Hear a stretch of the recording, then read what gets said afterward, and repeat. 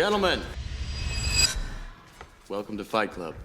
Fight Club's final trick is convincing us, the viewer, that Tyler Durden is not dead, but is actually alive and well and living in our world. Trust me, everything's gonna be fine. Fight Club ends with a warning to us, the viewers. Our Great War is a spiritual war.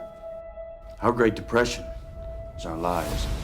The ending of Fight Club is not a happy ending. It is not closure.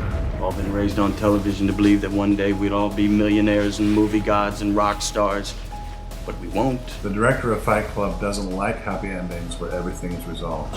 Slowly learning that fact. We're very, very pissed off. Hello, I'm Kevin Harris, and I help people understand themselves by helping them understand the stories that resonate with them. And today, due to your many requests, we are breaking the first rule of Fight Club.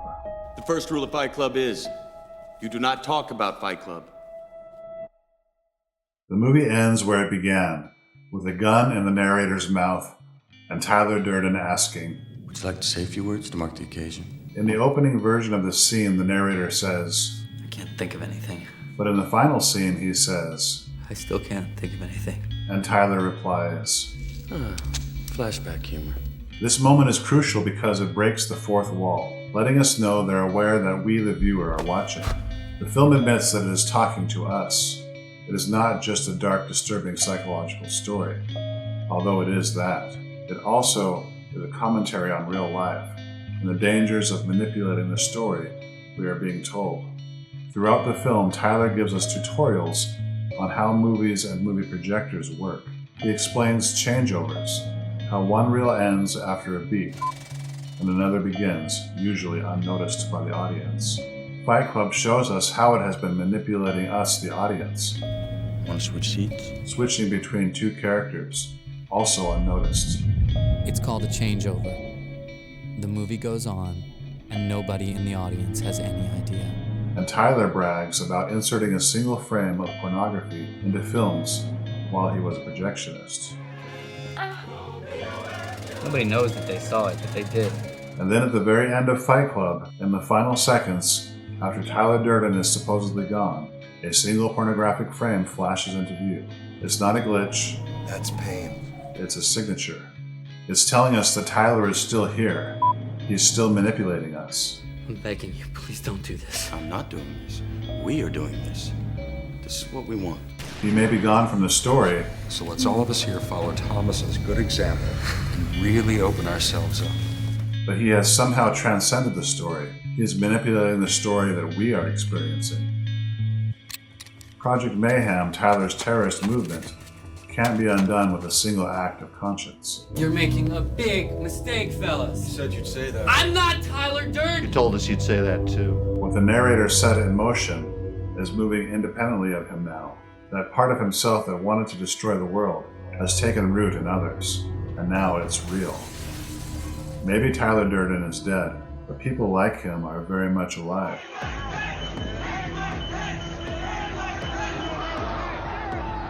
I found myself caught up in that.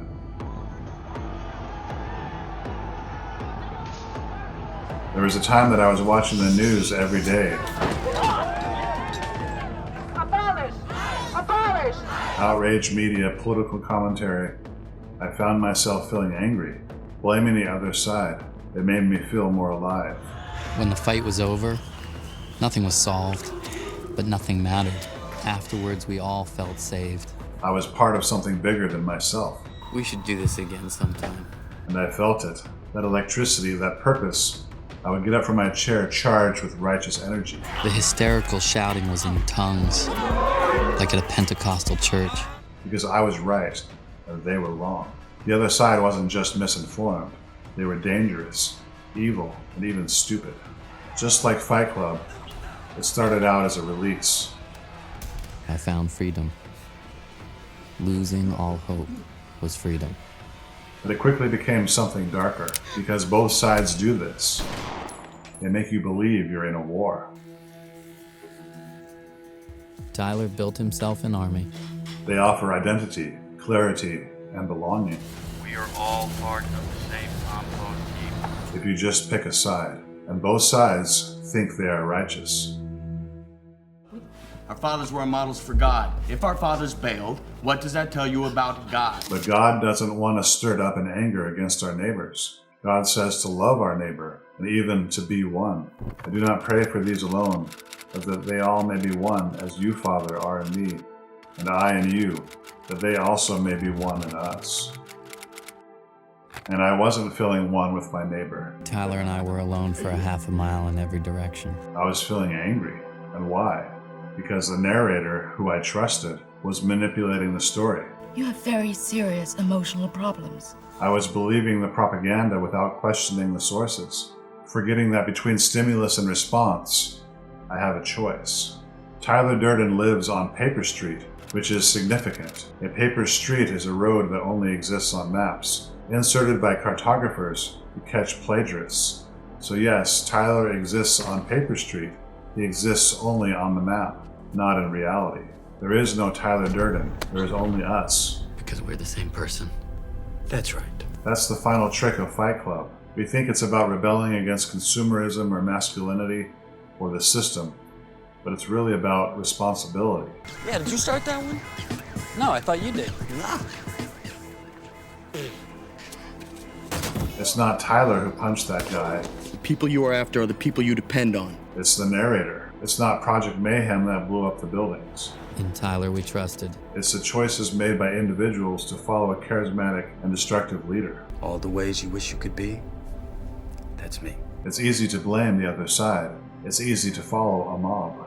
In Project Mayhem, we have no names. But at the end of the day, it's still our finger on the trigger. I could have zoomed in your hand. I couldn't in my hand. The director, David Fincher, doesn't seem to like happy endings where everything is resolved. David Fincher tends to end his movies with a partial victory. In Seven, the killer succeeds in his plan, even after being caught. In Gone Girl, the manipulative wife traps her husband into staying in a relationship with her.